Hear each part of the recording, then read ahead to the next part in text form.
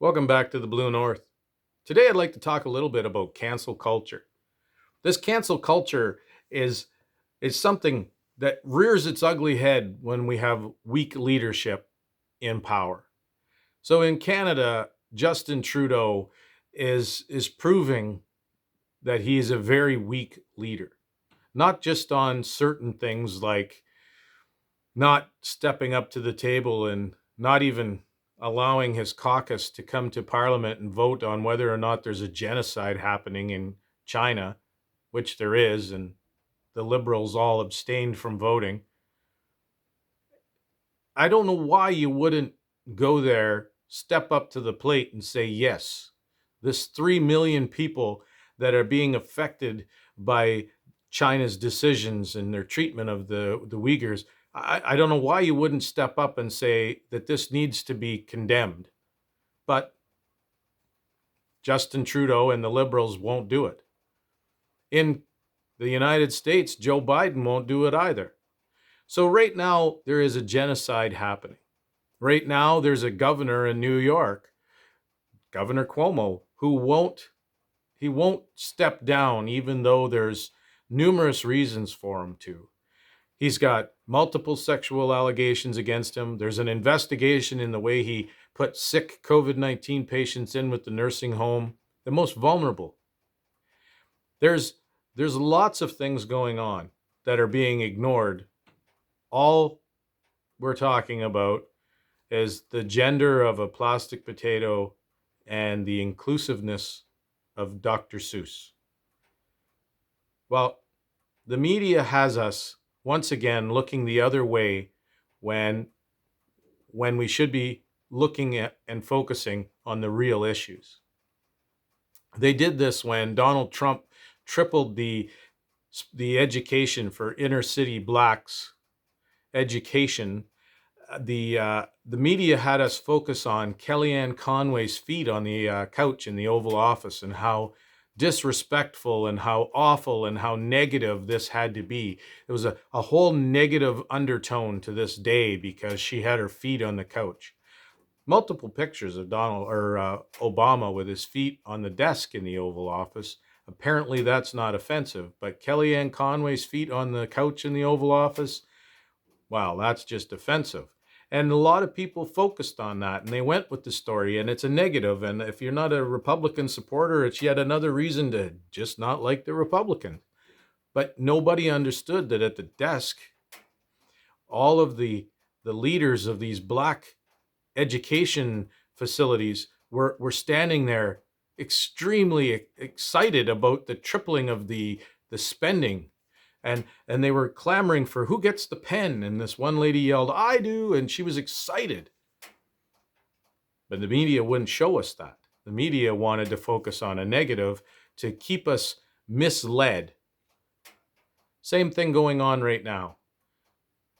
We're worried about senseless things like Mr. Potato Head and Dr. Seuss when we should be focusing on the Uyghurs. There's a genocide going on. We should be wondering about Governor Cuomo and his behavior and his decision-making ability. We should be wondering here in Canada why Justin Trudeau can't get us vaccines so that we can feel safe and we can actually get back to normal. The United States is doing great. Donald Trump handed off a perfect plan for Biden to follow up, even though Biden and Harris have both said that there was no plan in place when they came into the White House and there was no vaccine when they came into power. Maybe he was referring to there was no stockpile, but it's a misleading. Words matter. When you say no vaccine, you're saying that hoping somebody will take that and run with it, saying, oh, yeah, there was no vaccine. Biden got us a vaccine. And that's the problem. The media won't hold them accountable for the words they use. But we've seen this a lot. See, Judge Brett Kavanaugh went through Senate hearings and he went through protests out in the street. The women out there with these professional signs, all paid for from somebody. They were out there every day Alyssa Milano couldn't stand it. She had to go there. She was so furious with Kavanaugh. But at the exact same time Kavanaugh was going through all of that and having his name and his family dragged through the mud, Keith Ellison was going through the same thing, and he had proof.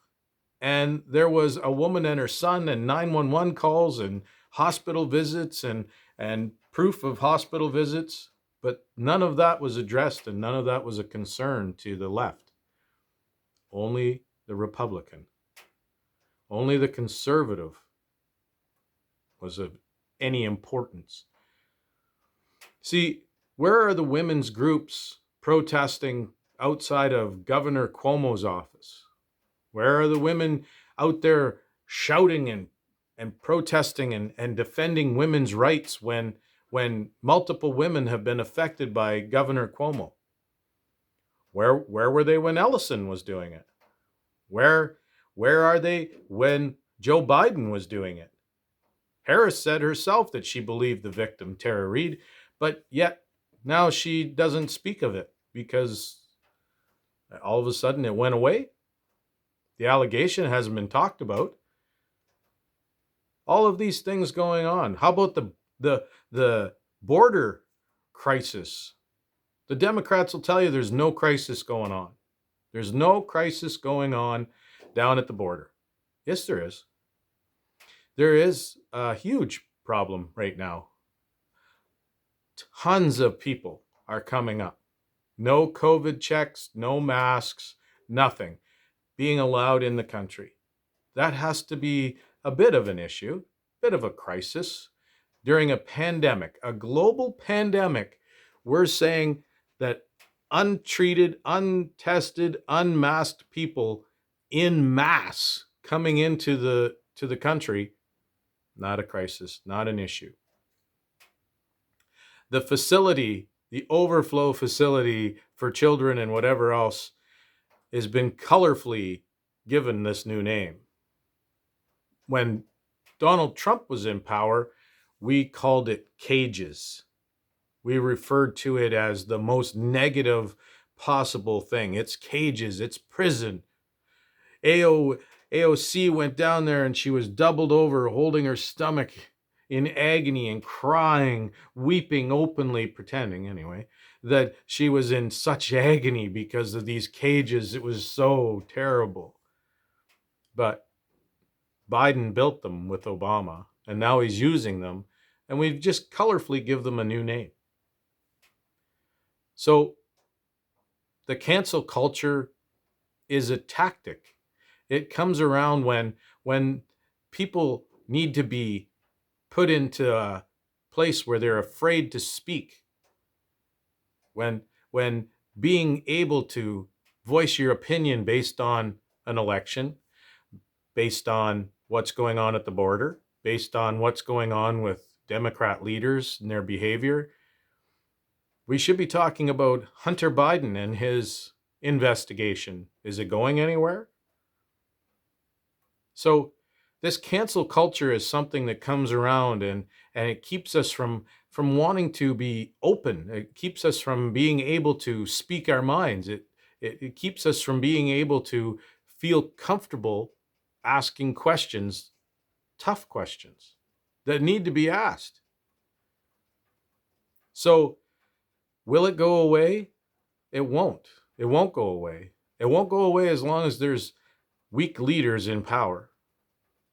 And it's sad. It's almost like it's created in times when it's most useful. So I'm going to follow this along because there's so many things that need to be talked about. There's so many things that need to be addressed and kept at the forefront that the cancel culture is going to prevent us from talking about. It's going to be the border. It's going to be sexual allegations against governors. It's going to be all kinds of different issues out there, and I'm going to follow them here on the Blue North. So hit that subscribe button and tune in.